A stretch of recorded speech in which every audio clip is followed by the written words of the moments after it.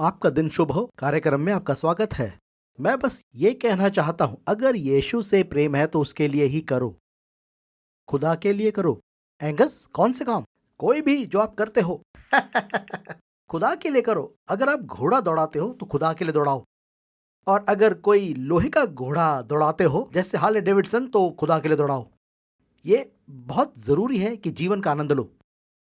बाज लोग बहुत दुबके रहते हैं, लोग बहुत परेशान रहते हैं, लोग बहुत डरे हुए रहते हैं, लोग बहुत चिंतित रहते हैं।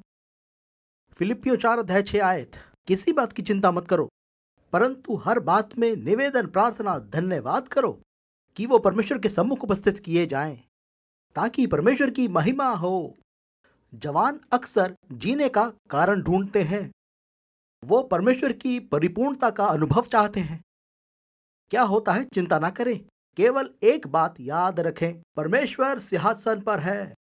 आइए देखेंगे 1 कुरिन्थियों 10:31 से। न्यू किंग जेम्स अनुवाद यूं कहता है, यहां लिखा है, इसलिए तुम चाहे खाओ चाहे पियो, चाहे जो कुछ करो, सब कुछ परमेश्वर की महिमा के लिए करो।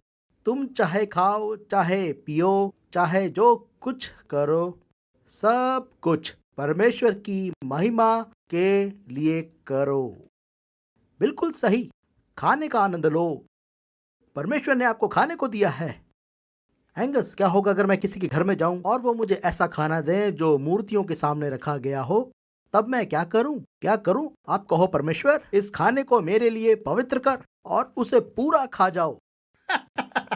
सब कुछ मसीह के लिए करो, ठीक है? और अगर आप किसी के घर में जाओ और अगर वहां खाने को सिर्फ सब्जियां मिले, सारी सब्जी खा लो, उनका आनंद लो। मैं तो दरअसल मीट खाता हूँ, समझे? और किसी और के घर जाओ और वो मीट खाते हैं, तो उस मीट को खा लो। इस खाने को मेरे शरीर के लिए पवित्र कर, क्योंकि मेरे लिए वो खाना इतना महत्वपूर्ण नहीं जितना कि वो मेजबान जिसने मुझे न्योता दिया। अगर आप उनके भोजन में शामिल ना हो तो हो सकता है आप उन्हें बुरी तरह से आहत कर दो। वो खाने की मेज बहुत महत्वपूर्ण है। एक विश्वासी होने के नाते ये बहुत पवित्र बात है कि विश्वास से पवित्र मेज में शामिल होना। ये सहभागिता प्रभु के अंतिम भोज का स्मरण दिलाती है। इसलिए जो करो, परमेश्वर की महिमा के लिए करो। पतरस, याद है ना, वो उस घर की छत पर लेटा हुआ था। मेरे ख्याल से ये याफा की बात है। वहां शमौन पतरस ठहरा हुआ था। मैं उस घर में गया हूं। पूरा याफा समुद्र के तट पर है। याद होगा, एक चादर ऊपर से उतर कर आई जिसके ऊपर सब प्रकार के जानवर थे, चलने वाले, रेंगने वाले जंतु और पक्षी। परमेश्वर ने कहा, जो कुछ परमेश्वर ने बनाया उसे अशुद्ध मत कह। हम कुछ भी खा सकते हैं और सब कुछ खा सकते हैं, इसके पीछे कारण है, पर यह सब हमें परमेश्वर की महिमा के लिए ही करना है। अगर आप खिलाड़ी हैं और आपको दौड़ना पसंद है, मैं भी बहुत दौड़ता हूं, तो ये हम परमेश्वर की महिमा के लिए करें, अपने लिए नहीं, ठीक? अगर आप किसान हैं तो आपकी खेती बाड़ी अविश्वासियों के लिए एक उदाहरण बन जाए कि मसीह लोग तो अच्छे किसान होते हैं।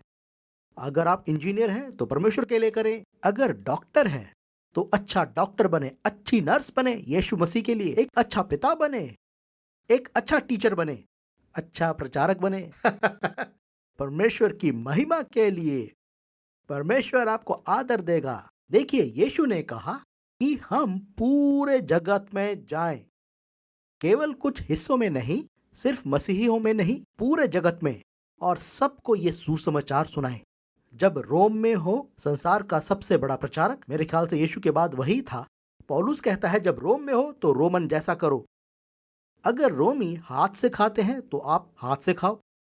अगर रोमी खास तरह से धोते हैं तो वैसा ही करो। सब परमेश्वर की महिमा के लिए करो, परंतु कभी भी परमेश्वर की आज्ञा से समझौता मत करो। परमेश्वर आपको आशीष दे जब आप अपने जीवन से उसकी महिमा करते हो, अपने रोजाना के जीवन में। अलविदा। हमें विश्वास है आप हमारे आज के संदेश से आशीषित हुए होंगे। अधिक जानकारी के लिए angusbuchan.com पर जाएं।